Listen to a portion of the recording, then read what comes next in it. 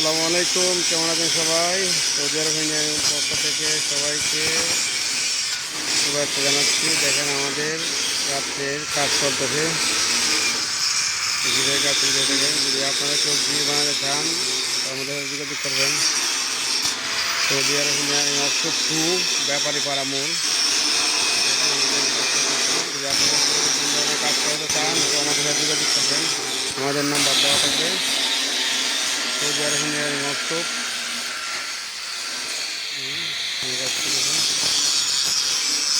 আপনারা যদি কেউ